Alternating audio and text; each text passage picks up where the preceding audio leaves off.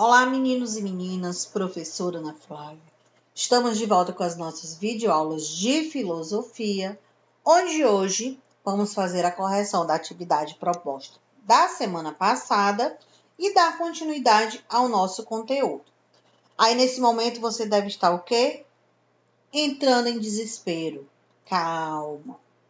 Respire fundo, não precisa desse desespero. Fala, professora, não fiz atividade, esqueci, e agora como é que vai ser? Calma. Respira fundo.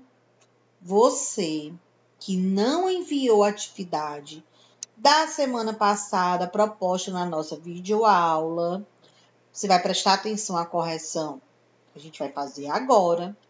Você vai copiar no seu caderno perguntas e respostas. E no final da nossa aula, qual vai ser a sua missão?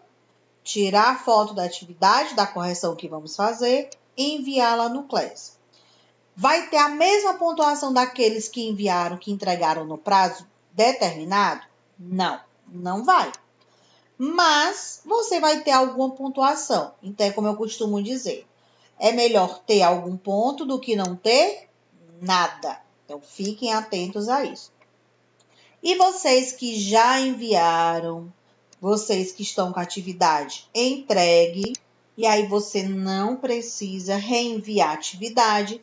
Se você tiver errado alguma coisa, faça só a correção no seu caderno. Então, vamos lá começar a nossa aula de hoje.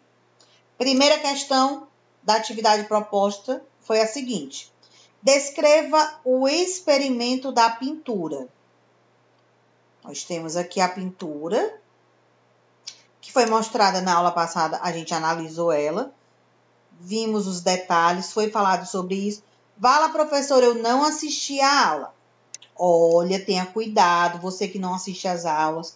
Quando chega no momento do seu TD avaliativo, você tem dificuldade para resolver, porque não está assistindo às aulas.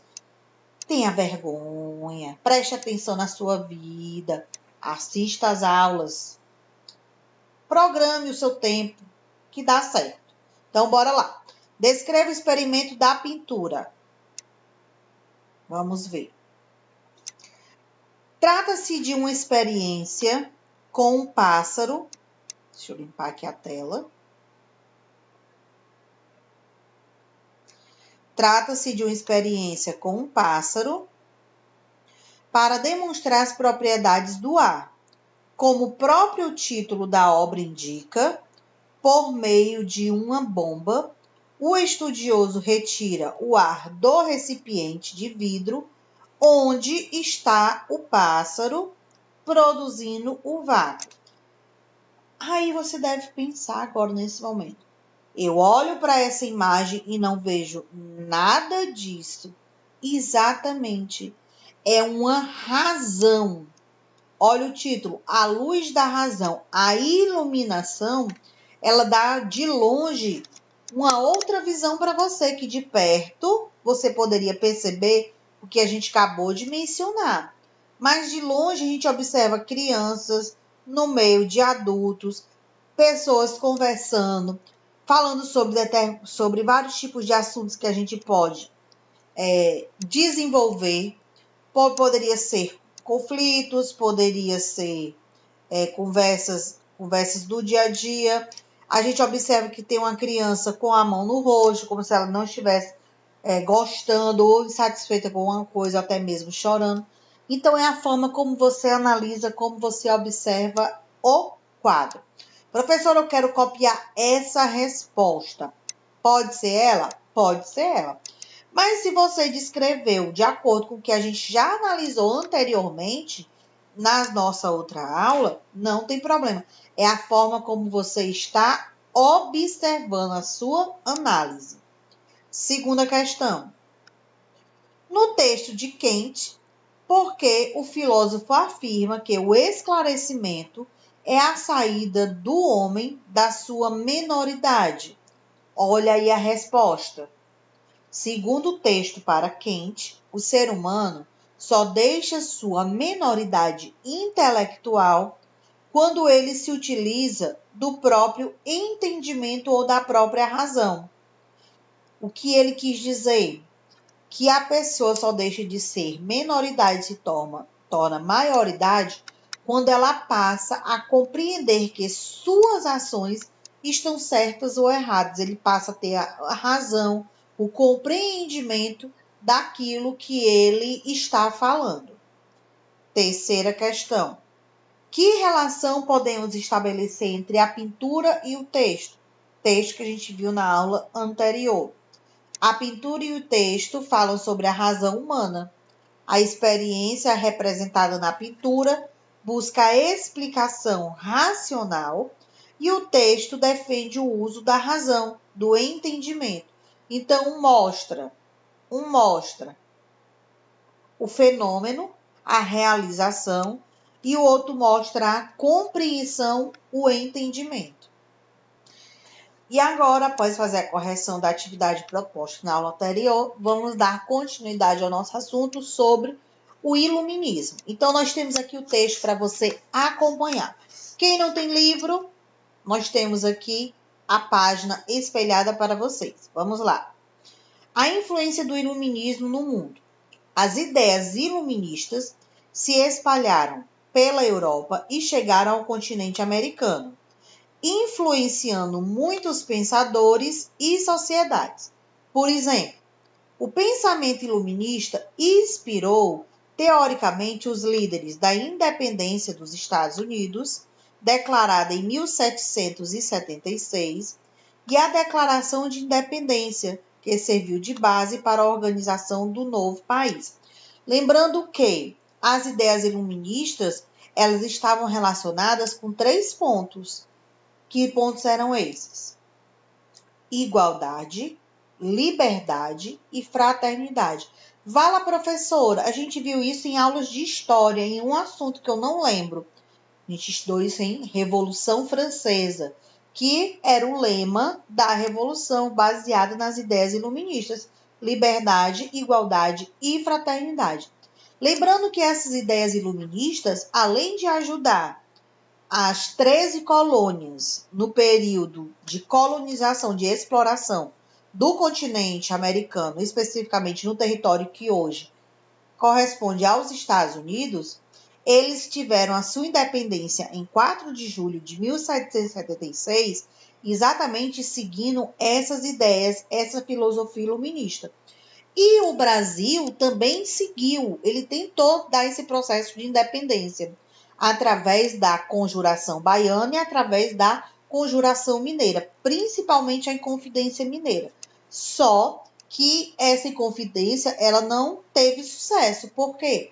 Porque Tiradentes ele foi enforcado, esquartejado e partes do seu corpo foi colocado na estrada que ligava Rio de Janeiro a Minas Gerais para impedir que outras movimentações, outras rebeliões, outras revoltas viessem a acontecer. Continuando. Na Europa, as ideias iluministas orientaram os líderes da Revolução Francesa, de 1789 a 1799.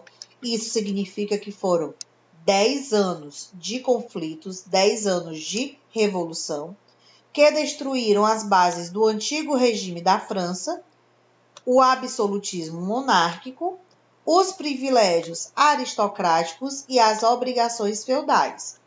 Inspirados no iluminismo e nas conquistas mais radicais da Revolução Francesa, os negros do Haiti, colônia francesa, no Caribe, especificamente na América Central, se rebelaram contra a escravidão e a dominação colonial e em 1803 conquistaram sua independência. Deixaram de ser colônia dos franceses e se tornaram um país independente, se tornando o seu próprio dono do território. Temos aqui a análise da Declaração dos Direitos Humanos, que foi adotada na Assembleia Geral das Nações Unidas em 1948, onde a gente também vai poder perceber a influência iluminista nos seus 2 primeiros artigos, as ideias iluministas, que vieram lá da Revolução Francesa. Artigo 1. Todos os seres humanos nascem livres e iguais em dignidade e direitos. São dotados da razão e consciência e devem agir em relação uns aos outros com espírito de fraternidade. Olha só o artigo 1, ele fala de fraternidade, ele fala de igualdade e ele fala de liberdade. Quando ele diz, nascemos livres e iguais em dignidade e direito, aqui entra liberdade e igualdade. Artigo 2. Todo ser humano tem capacidade para gozar dos direitos e as liberdades estabelecidas nesta declaração. Para quem não sabe o que significa esta palavra gozar, está relacionada dentro das constituições e também encontramos na Constituição Brasileira, criada em 1988, é você ter direito, você exercer os seus direitos, a sua liberdade, a sua expressão de opinião, ou seja, você ser livre para tomar suas decisões. Sem distinção de qualquer espécie, isso quer dizer que independente da classe social e independente do sexo, seja de raça, cor, sexo, língua, religião, opinião política ou de outra natureza, origem nacional ou social, riqueza, nascimento ou qualquer outra condição. Foi o que eu acabei de mencionar para vocês. Direito à liberdade, igualdade e fraternidade. O que é a fraternidade? Você viver bem com o outro, independente da nossa classe social, independente da sua posição política, independente da sua raça, da sua cor, independente do local onde você nasceu, independente da língua que você fale, independente da religião que você pratique, independente do seu sexo, independente do que você deseje ser. E aí, pegando esse artigo 1, pegando esse artigo 2, entra uma palavrinha que eu costumo relacionar muito com vocês, que devemos ter sempre com o outro, que é o respeito. Respeito. Por que eu digo para vocês que esta palavra ela é importante? Porque se eu respeito a sua opinião, se eu respeito a sua opção sexual, se eu respeito sua religião, se eu respeito a sua posição política, se eu respeito a cor da sua pele, se eu respeito a origem familiar, sua classe social, automaticamente não vamos ter conflitos, automaticamente não vai ter guerras, automaticamente vamos viver de forma fraterna. Diante disso, nós temos como atividade de casa 2 questões para serem realizadas por vocês. Questão 6 e questão 7. Apenas essas 2 questões. As demais não é para fazer. Fiquem atentos. Questão 6 e questão 7. O que cada uma fala? Vamos lá para a 6ª questão. Redige em seu caderno um texto argumentativo que questione a ideia de progresso fundado na razão. Essas ideias que a questão está pedindo são as ideias iluministas, relacionadas com aquelas 3 palavras: fraternidade, igualdade e liberdade. Leve em consideração os danos ambientais decorrentes da industrialização, as finalidades para as quais são destinados certos avanços científicos, como o desenvolvimento de armamentos. Vocês vão pegar essas 3 palavras, que são as ideias iluministas, e vão relacionar elas com algum fato histórico, algum fato que não houve a questão do respeito. Por quê? Porque se eu não tenho direito à liberdade, eu não tenho direito à igualdade, eu não tenho direito à fraternidade, automaticamente o respeito ele não vai estar enquadrado nessa união dessas 3 palavras. Então, vocês vão redigir um texto falando sobre essa ideia iluminista, como ela é colocada em prática em algum processo atual. Uma guerra, um problema político, até propriamente a pandemia, como elas estão sendo trabalhadas, relacionadas. Professora, o texto, quantas linhas? Não vou pedir uma coisa muito grande, tá? Mas um texto de 10 linhas, que tenha sentido. Quero fazer mais de 10 linhas, professora. Tem algum problema? Não, não tem problema. Agora, atenção, prestem atenção. O texto tem que ter sentido com o que a gente viu na aula de hoje sobre as ideias iluministas. Tem que ter sentido, certo? 7ª questão. Por que na citação a seguir, Aristóteles não considerava válidos os argumentos de Melissus e Parmeníades? E explique. No caso, vocês vão ler o trecho e vão explicar, dando a sua opinião. O argumento, o trecho fala o seguinte: os argumentos que usam para provar sua posição não são difíceis de expor, ambos raciocinam de modo contextuoso, refiro-me tanto a Melisson como a Parmeníades. Suas premissas, que são premissas, são suas falas, são falsas, e suas conclusões não se interferem daqueles, ou melhor dizendo, o argumento de Melisson é grosseiro e palpável, não oferecendo dificuldade alguma. Admitiam a proposição ridícula e o resto vem por si mesmo, um procedimento bastante simples, que eu quero que vocês façam na 7ª questão, com relação ao que ele está falando. Lembrando que as ideias iluministas estão relacionadas com igualdade, fraternidade e liberdade. Então, será que Aristóteles ele está respeitando, ele está colocando em prática essas ideias? É isso que eu quero que vocês expliquem na 7ª questão. Então, mais uma vez, 6ª questão, redigir um texto de no máximo 10 linhas.